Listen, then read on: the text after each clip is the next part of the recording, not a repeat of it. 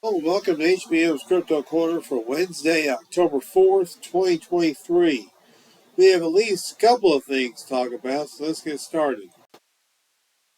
Tracking Texas cryptids. What are they and where to find them? It's the Texas Standard. I'm David Brown. Texas is not short of tall tales, but for folks who swear they saw a jackalope hop away from them or have tracked the Texas goat man, the truth is out there.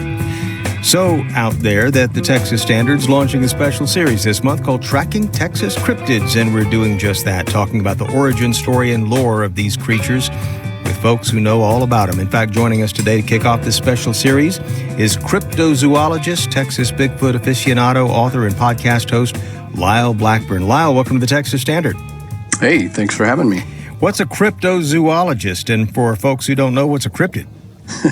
Well, it's kind of a default term for anyone who researches or writes about creatures that have been alleged to exist but have not been proven. And of course, people will recognize those kind of creatures as Bigfoot, chupacabra, lake monsters. A cryptid is a term for those creatures, those unproven creatures. I see. And you would be the cryptozoologist. How did you become fascinated with cryptids in the first place? Well, it's just been a lifelong interest. As a young kid, I always loved monster movies, and then I was fortunate to get a book in third grade which had tales of Bigfoot, the Loch Ness Monster, and the Yeti. And so at that point, I realized that there could be quote-unquote monsters out there in the real world. I'm a lifelong Texan. I grew up hunting with my father, so I was in the woods and in a lot of small towns from an early age. So, you know, that sort of combination of the Texas outdoors and the possibility of seeing some strange creature just really captured my imagination. Mm-hmm. Ever been in a deer stand and spotted something that you couldn't identify? Well, not while hunting, but I have seen and heard a few strange things over the years while doing some field research that I simply can't explain. Like what, for example? Well, I've done a lot of research just across the border in Arkansas, home of the Legend of Boggy Creek, which was a movie that was a big hit in the 70s that dramatized sightings of a Sasquatch-like creature. And I was up there in the swampy bottoms when I saw a tall shape, some kind of animal or creature walk between some trees. It was kind of reddish brown, and this was actually in daylight, and it was in a place where people don't frequent. It's in some low bottoms. There's waterways with alligators and such, and of course, it just kind of disappeared into the thick woods, and I couldn't get another view of it. But I really can't explain. It wasn't a person. It wasn't a smaller animal that I'm familiar with. So, interesting stuff. Now, you even wrote a book specifically on the Texas Bigfoot. Was this creature what you suspect to be the Texas Bigfoot, or is this a different creature? Well, in general, I mean, the ubiquitous sightings of these tall, upright, hair-covered creatures, you know, they don't probably recognize our borders. So all that forestry, especially in the eastern third of Texas, known as the Piney Woods, you know, that extends on into Louisiana and up into Arkansas. So all that area is really a hot spot of, you know, Bigfoot activity. There's been reports in East Texas and all around there going back a century at least. Bigfoot, I think of as more a sort of northwestern U.S. phenomenon. I'm a little surprised that Texas would seem to have one of its own, but we do have a lot of cryptids that seem to be very Texas-centric, do we not? I think of the chupacabra, for example. Yes, true. The chupacabra has kind of got more of a reputation as being something more specific to Texas, although actually the origins of the word, which is Spanish for goat sucker. There were sightings in the 1990s in Puerto Rico and in some of the South American countries. And then later on in the 2000s, we began to see those hairless, strange canids, which the media called chupacabras. What other Texas cryptids are out there lurking? Well, there's been sightings of what we would call flying humanoids, and those are reports of large anthropomorphic human-like things with wings. You have sightings down mostly in the southern portions, San Antonio and on, of large thunderbirds, which are incredibly large birds that are don't really fit any description of known birds.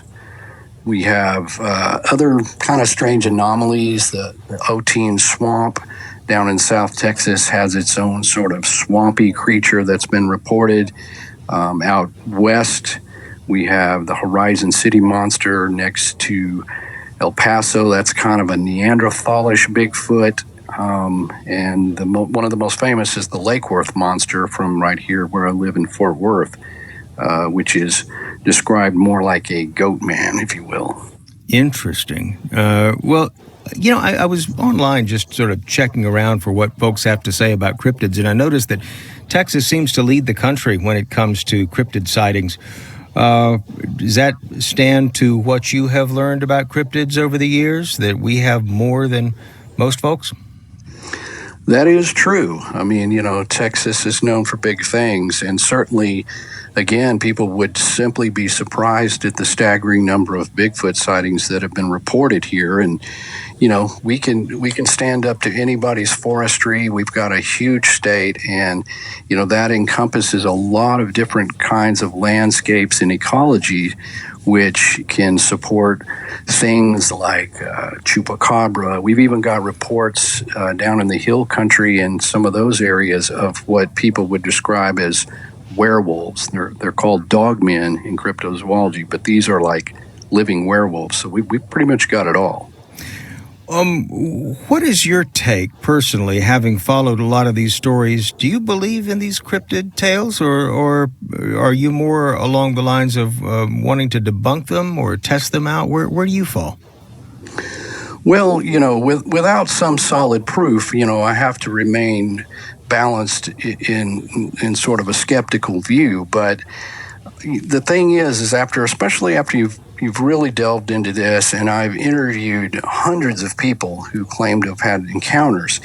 And at the end of the day, even if you can kind of dismiss some of the more vague sightings or wishful thinking, there is a core of those reports that you just simply cannot explain away. And so, I can't say exactly what kind of creatures they may be seeing and the biological makeup, but I can tell you that there are unexplained things out there that people are seeing that we strive to get our minds around. And I'm not necessarily out to prove it to the world. I just am interested in the phenomenon of the sightings and how some of these monster legends have endured over the years and even affected some Texas towns to where they're kind of known for these creatures. We've been speaking with cryptozoologist, author, and podcast host Lyle Blackburn. We're going to have links to more at texasstandard.org. Lyle, thanks so much for speaking with us on the Texas Standard. Absolutely. I enjoyed it. Well, that was cool. Getting an interview with Lyle Blackburn. I tell you, Lyle is a great source of information, and his book, Texas Bigfoot, is highly recommended. I read it last year and really enjoyed it. Really great book. Of course, I think all his books are great. He's just a tremendous source of information. Terrific stuff. Finally, video. Webcam watcher spots young Nessie.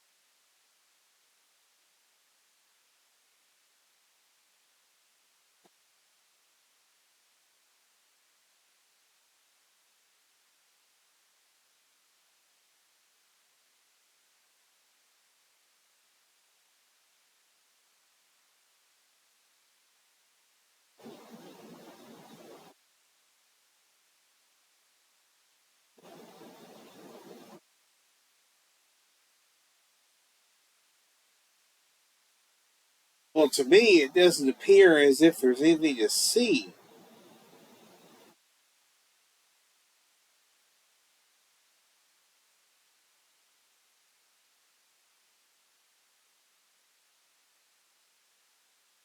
Pretty cool, though, that you can zoom in.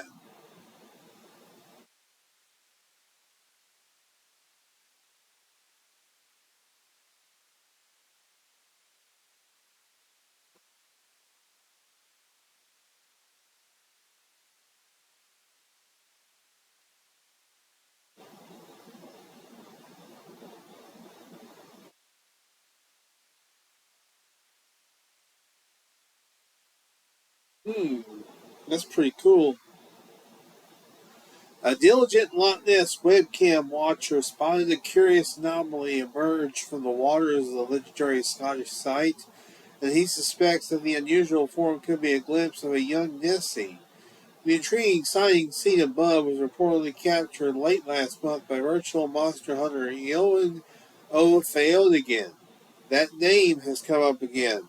This individual, who claims he has spotted Nessie a number of times on the webcam, who was watching a live stream of the iconic location from his home in Ireland. On that particular day, he noticed a rounded shape seemingly pop out of the water and slowly move against the current. I kept zooming in and out of the video clip, he later recalled, and just as well because I got one of the strangest images I've ever gotten in Loch Ness. It's this image of a half-circle hump, light gray in color with three uniform black spots. Now, maybe it's just me, but for some reason I couldn't see it.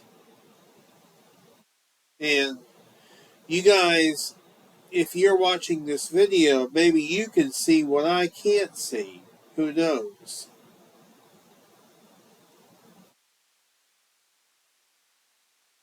And when I'll play the video again,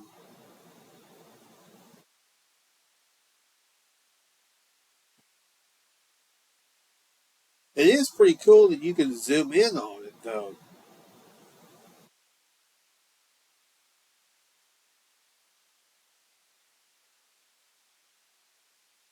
Or you can zoom in on the lock.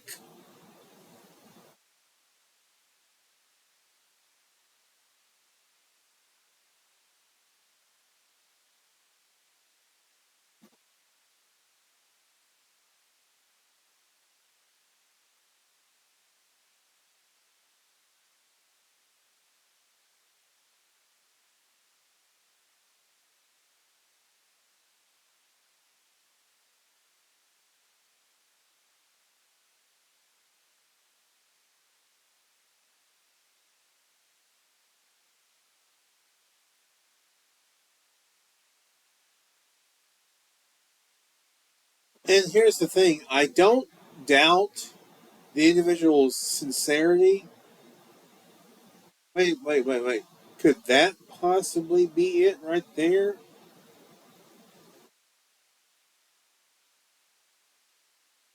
Or is that just a pixel right in there?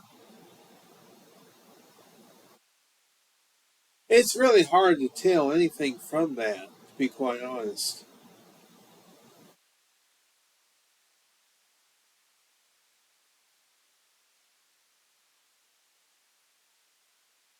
And, I've been fascinated by Nessie since I was a kid.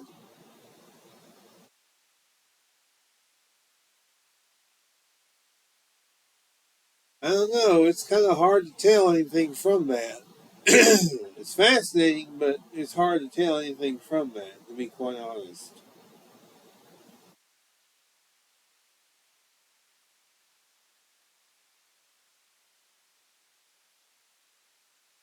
But still, the Loch Ness Monster mystery continues.